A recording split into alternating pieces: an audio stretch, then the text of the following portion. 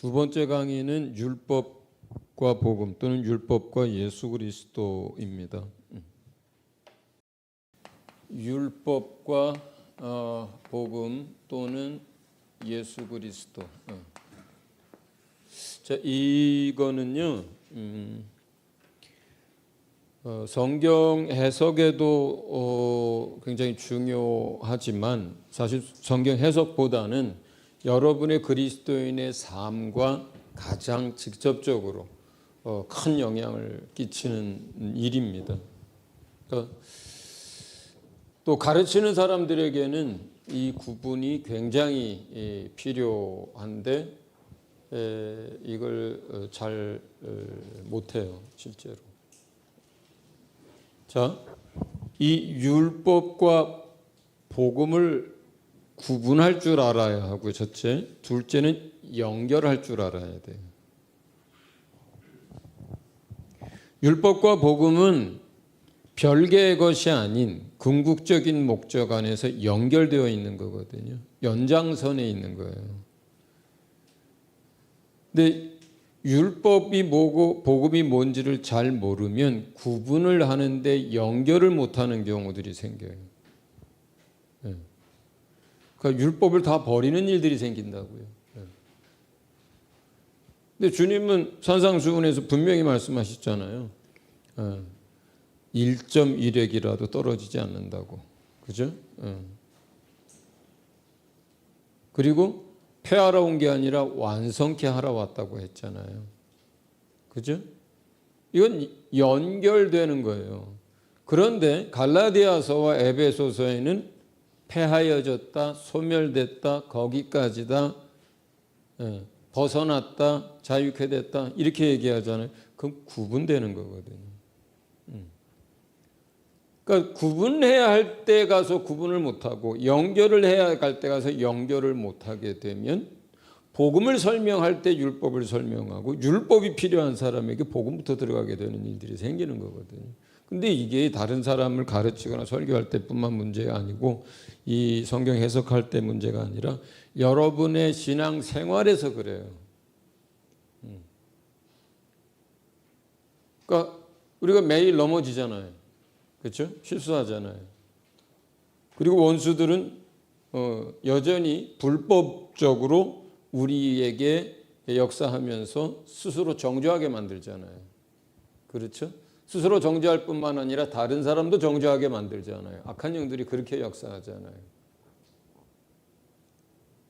근데 그 정죄에서 벗어나는 건 뭐예요? 복음이거든요. 그런데 정죄받지도 않고 있는 사람한테 복음을 들이대면 어떻게 돼요?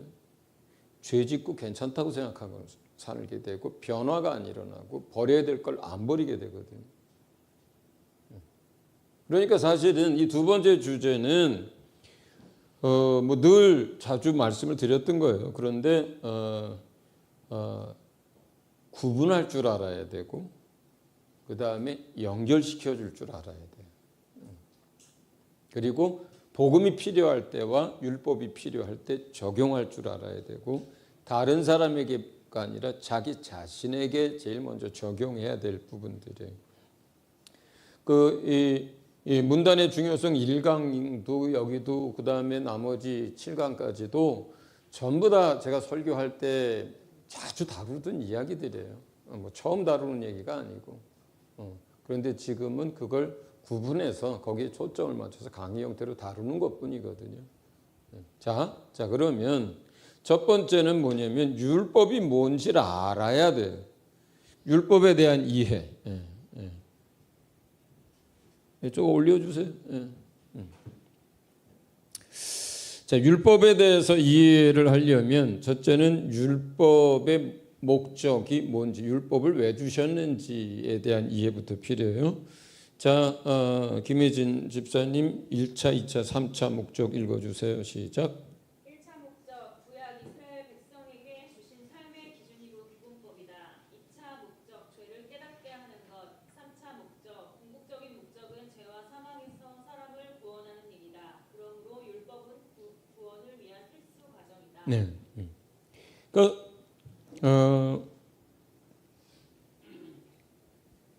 광야로 데리고 와서 모세가 십계명을 가지고 이스라엘 백성과 언약을 체결하잖아요. 하나님과 이스라엘 백성이, 그렇죠? 짐승의 피를 흘려서 그렇게 해서 하나님의 백성이 돼요.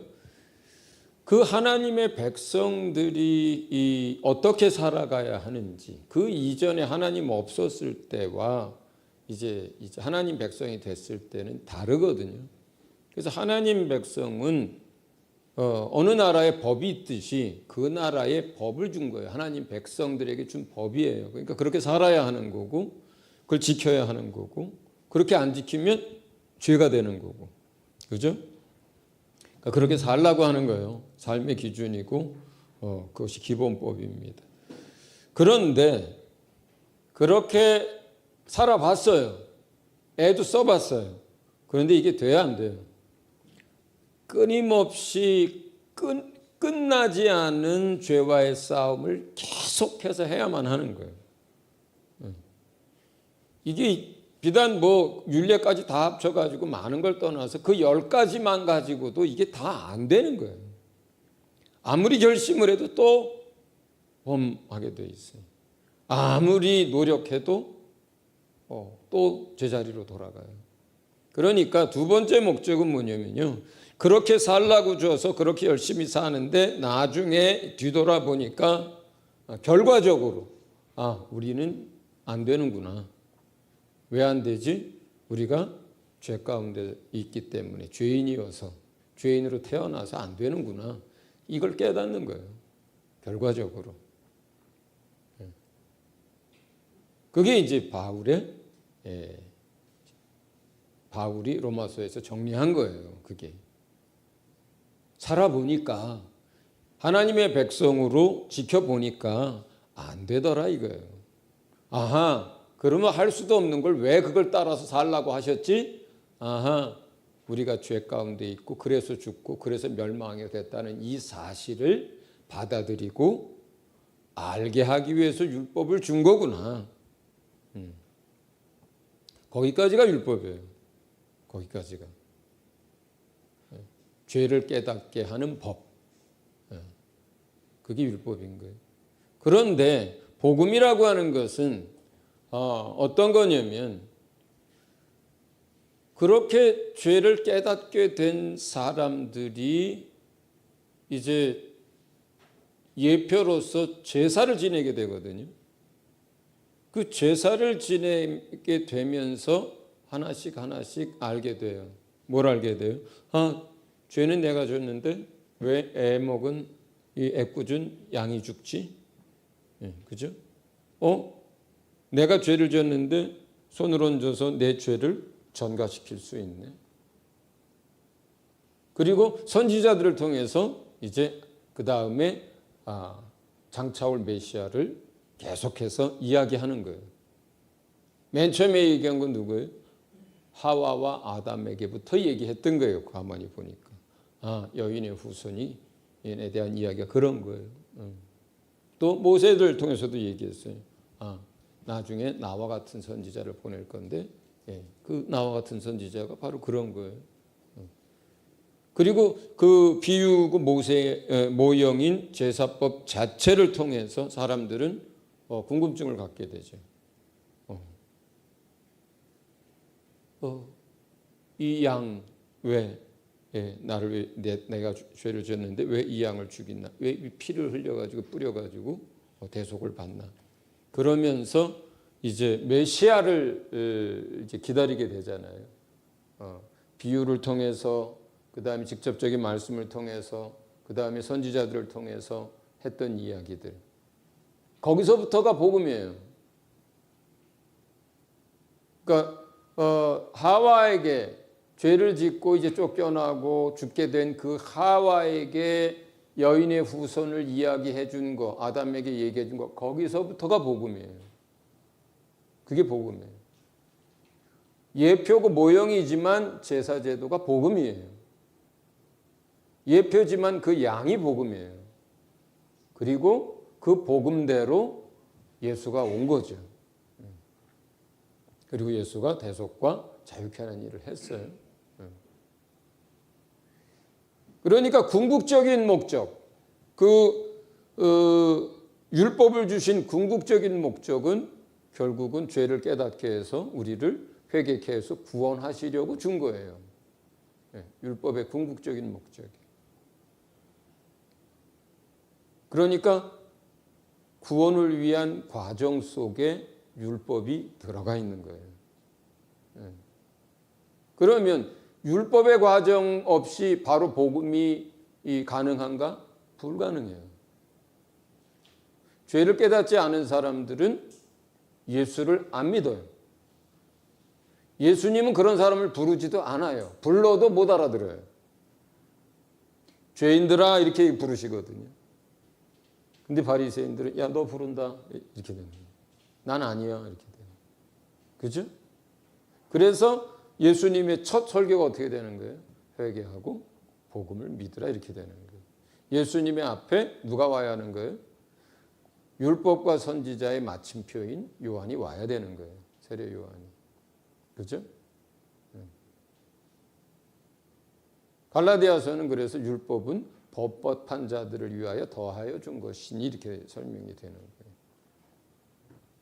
자, 그러니까 율법의 목적도 복음의 목적도 전부 우리를 구원하시고자 하는 것이 최종 목적입니다. 자, 두 번째는 그런데 이 율법이 불완전해요. 이 율법이 불완전한데 그렇다고 해서 율법이 틀렸느냐? 그 말은 아니에요. 불완전하다는 것이지 틀렸다는 말이 아니에요. 다른 말로는 일부분을 설명하고 있는 것이지 전체를 설명하고 있는 게 아니다 이 뜻이에요.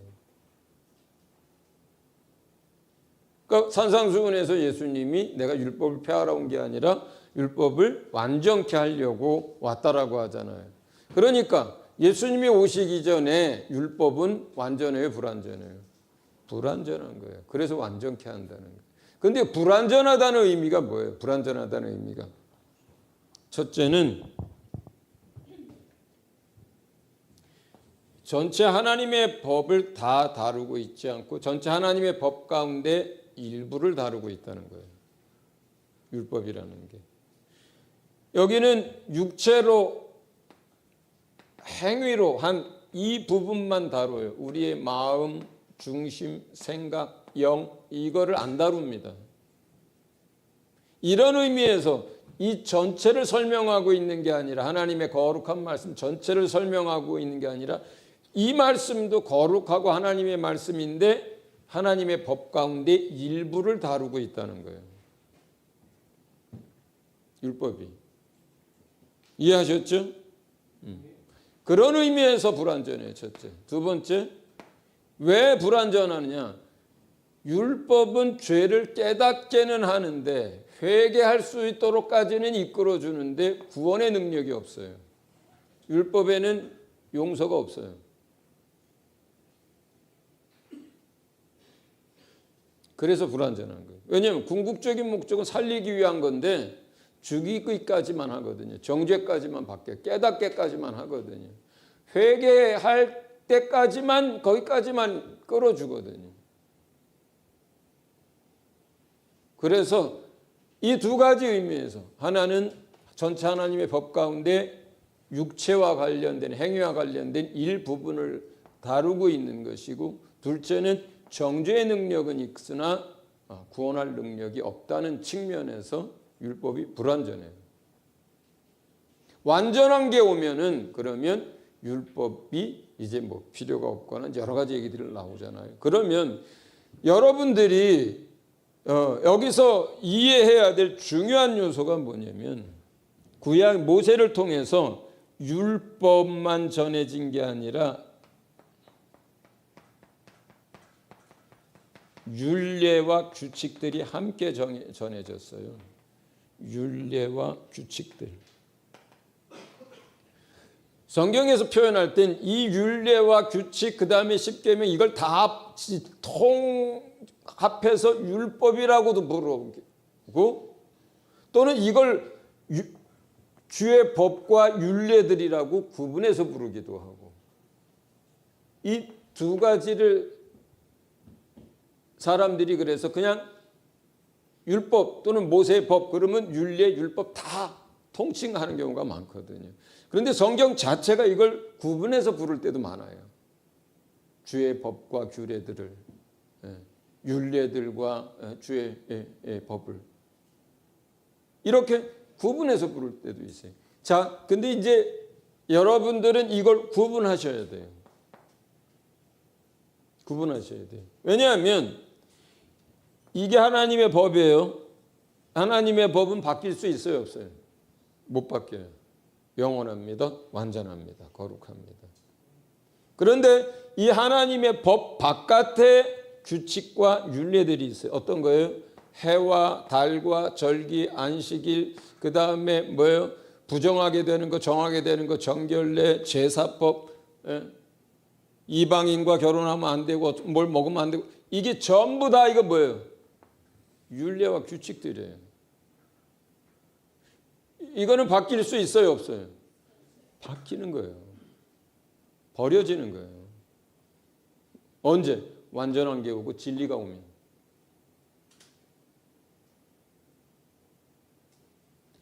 그러니까 갈라디아서에서 예를 들어서 살인하지 말라는 계명 그 율법을 버리라는 거예요. 에베소서에서 그게 폐지해졌다는 거예요. 그럼 살인해도 돼요? 아니잖아요.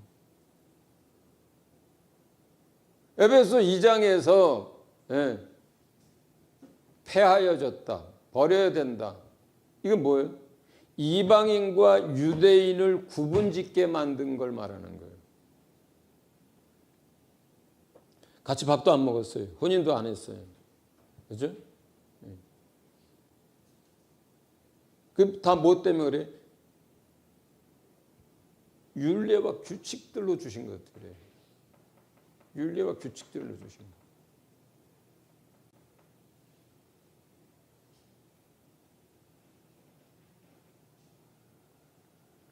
그러니까 거기서 이 변함이 없는 1.1획도 떨어지지 않는 이 하나님의 말씀들을 버리라, 폐해졌다는 뜻이 아니고 율례와 규칙들이 이제 필요가 없어졌다는 뜻이에요. 갈라디아에서 할례의 문제, 해와 달과 절기의 문제 전부 다 그렇습니다. 그 다음에 자, 두 번째는 이게 첫 번째고 폐하해졌다 뭐 한다고 할 때 두 번째는 율법이 아니라 율법의 기능과 역할 측면에서 필요 없다는 뜻이에요. 정죄를 받았어. 자기가 죄인인 걸 알아. 그러면 그 다음에 된 거예요. 율법이 그 사람이 해야 할 역할을 뭐예요? 다 한 거예요. 다 한 거예요. 그 사람은 더 이상 율법이 필요 없어요. 그 사람에게는 어떤 면에서? 정죄의 역할 면에서 필요가 없는 거예요. 죄를 깨닫게 하는 이 역할 면에서, 기능 면에서 필요 없는 거예요. 뭐의 두 번째 목적 말하는 거예요. 가늠하다가 여자가 잡혀왔어요. 이거 실습 때 하려고 했던 건데. 여자가 잡혀왔어요. 이 여자는 자기가 죄인인 거, 죽게 생긴 거 알아요, 몰라요? 알죠. 그럼 그 사람한테 율법은 더 이상 할 일이 있어요, 없어요? 없죠. 간음해도 된다는 뜻이 아니라 기능과 역할 면에서 그렇다는 거예요. 그럼 그 사람한테 뭐가 필요한 거예요, 그 다음에? 그 죄의 문제를 해결해 주는 게 필요한 거죠. 용서가 필요한 거죠. 그래서 예수님이 얘기한 거예요. 나도 너를 정죄하지 아니하노라고.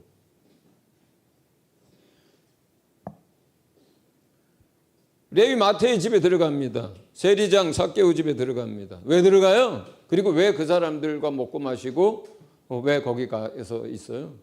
바리새인들은 거기 들어가면 안 된다 그러는데 왜 죄인들과 먹고 마시냐고 하는데 그건 다 율법에서 금한 거잖아요. 부정한 사람들을 만지지도 말라 그랬어요. 만지면 같이 부정해져요. 근데 예수님이 그 집에 들어서 먹고 마시면서 뭐해요? 왜 그래요?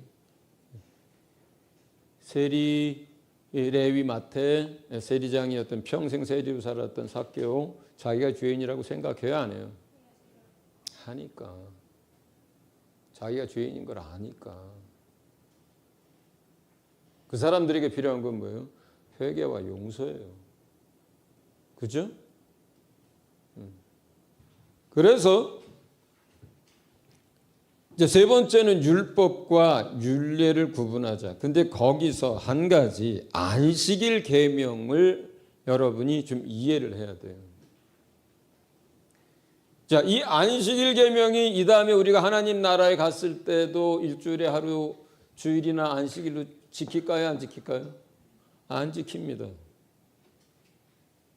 안 지킵니다. 천국 자체가 안식하는 곳이에요. 그러면 안식일은 십계명 안에 들어가 있는데 어떤 의미가 있을까요? 장차 될 일들을 나타내주고 지금의 괴로움을 덜어주기 위한 거예요. 그게. 그리고 그걸 가져다 준 분이 누구예요? 예수님인 거예요. 그래서 자기 자신을 안식일의 주인이라고 하는 거예요. 그리고 서신서 어디에?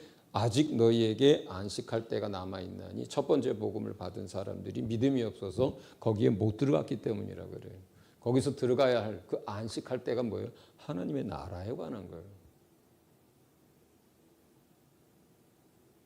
그러니까 안식일이라고 하는 계명 자체가 갖는 의미가 첫째, 하나님께서 6일 동안 세상을 창조하시고 마지막 날 7일째 쉬셨다. 뭐예요? 만물을 창조하신 하나님을 기억하고 그 하나님을 예배하라는 뜻이에요. 첫째가. 둘째, 죄로 인해서 노동을 통해서 먹고 살아야만 하는 그 죄의 무게와 그 짐에서 일주일에 하루만이라도 놓여서 쉼을 얻게 해주는 의미예요. 하나님의 긍휼의 의미예요. 세 번째 뭐예요? 이렇게 일주일에 하루가 아니라 영원한 안식이 너희에게 예비되어 있고 첫 번째 복음을 받은 사람들은 믿음의 속에 못 들어갔고 너희를 위하여 그 안식할 때가 남아있다. 하나님의 나라에 대한 이야기예요. 그게. 그 나라에 대한 소망을 주는 것. 이게 안식일 계명이 갖는 세 번째, 세 가지 이유예요. 그것이. 그런데 왜 예수님을 믿고 크리스찬들이 안식일 날, 지금의 토요일이죠. 왜 안 지킵니까? 이미 우리 영혼이 자유를 얻었고 그 다음에 우리 마음 안에 하나님의 나라가 임했고 이미 예수 그리스도가 우리 안에 계셔서 더 이상 그것이 계명으로 자리 잡지 않아도 되기 때문인 거예요. 예를 들어서 여러분들이 지금 안식일 날 모여서 예배한다고 해도 아무런 문제가 안 생깁니다. 우리는 예수 믿는 사람이니까 주일날 모여야 돼. 안 그렇습니다. 주일 정한 거예요. 우리가 예수 믿는 사람들이 그의 부활하신 그날, 그 주의 날, 그날 기쁨과 감사함으로 자연스럽게 모이기 시작한 거예요.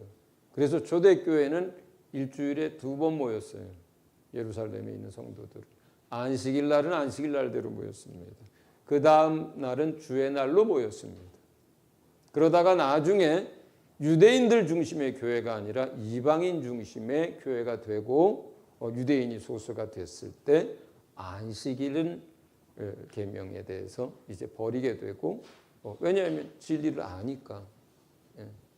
그래서 주일날 모이게 된 거예요.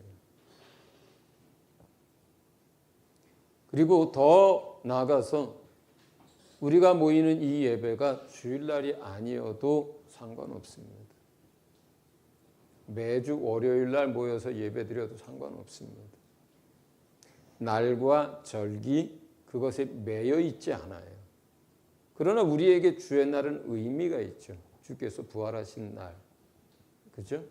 그리고 우리는 또 여러 사람들이 다양한 생업을 가지고 다양한 활동을 하는 사람들이니까 함께 모이려면 날을 정할 필요가 있죠. 시간을 정할 필요가 있어요. 또 모였을 때 그냥 뭐 아무렇게나 순서도 없이 이렇게 하기보다는 그래도 꼭 필요한 요소들을 담아서 순서를 잡을 필요가 있죠. 그래서 주일날, 주의 날 우리가 성수한다, 지킨다 이렇게 된 거예요.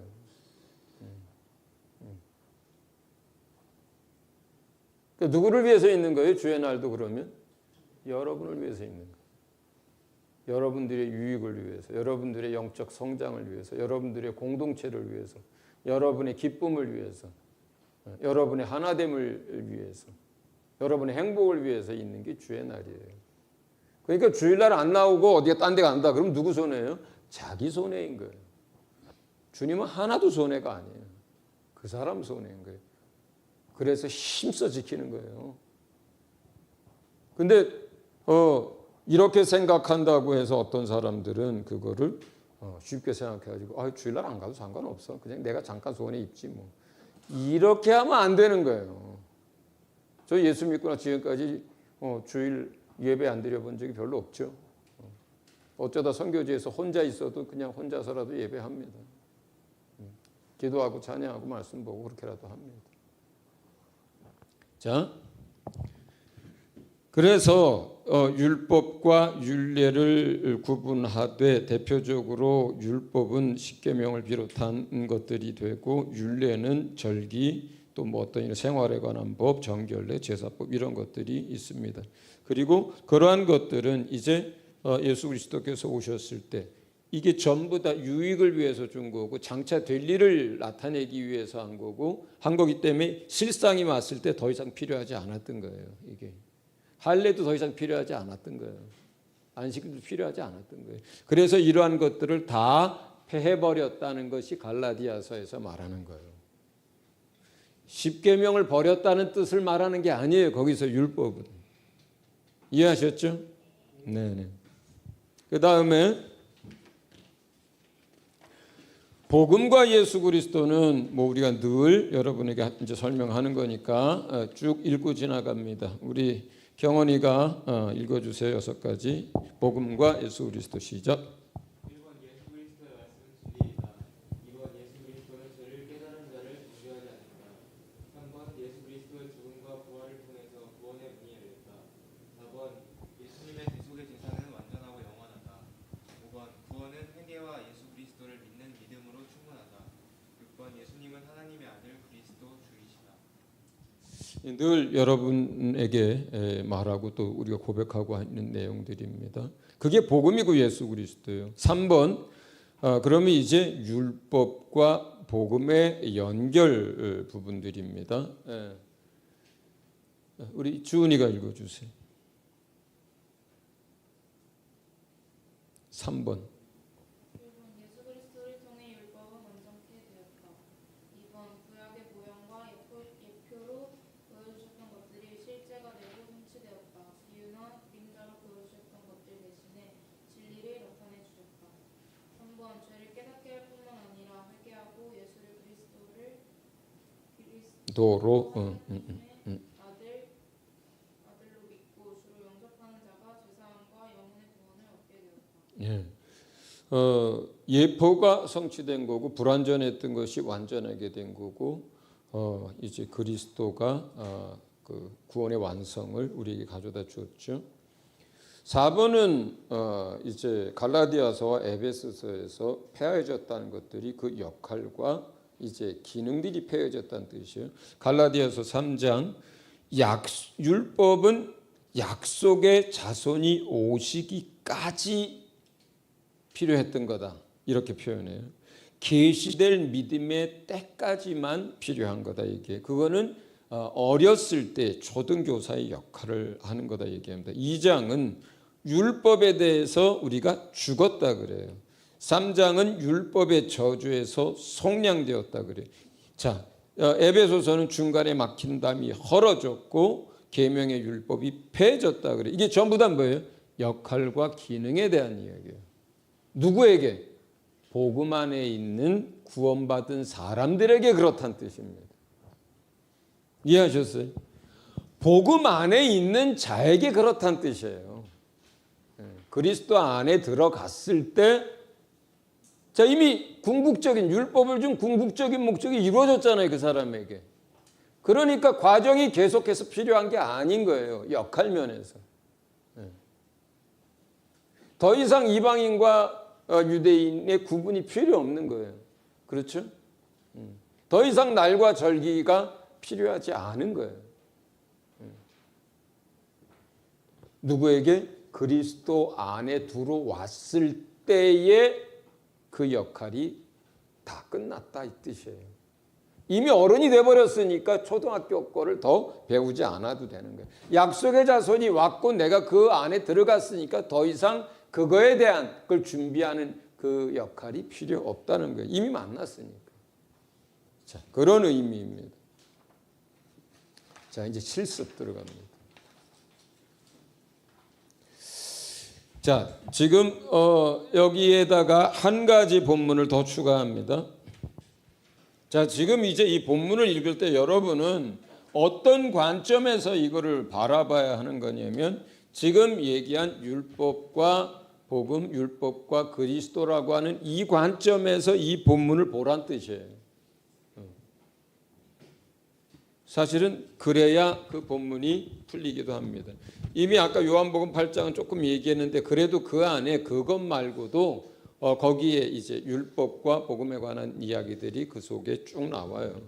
자, 저 두 가지에다가 세 번째 누가복음 18장 18절에서 30절에 관한 이야기를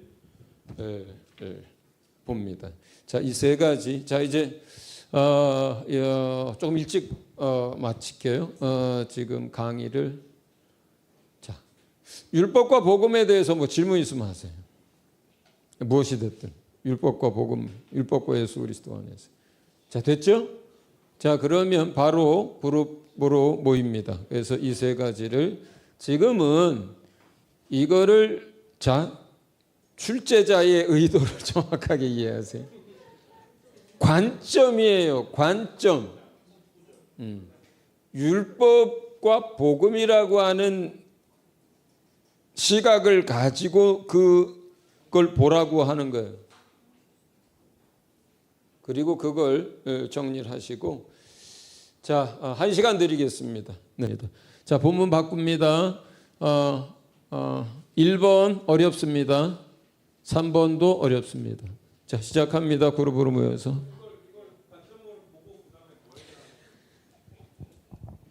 그 관점으로 봤을 때 해석되어지는 것을 왜 거기서 예수님이 이렇게 얘기하고 왜 이 사람의 문제가 뭐고 왜 이사이 부자가 그 불못으로 들어가고 왜 그지가 그 낙원으로 가고 왜 부자가 얘기한 걸 예수님이 그 필요 없다 얘기하는지 이제 이런 이유들 그 안에 있는 내용들을 해석하라는 거예요. 오케이. 그러니까 이거는 그냥 통째로 해석하는 거예요, 여러분들. 이 본문. 이런 이유에서 말씀하셨다. 이래서 이 사람들이 손에 돌을 들고 있었다.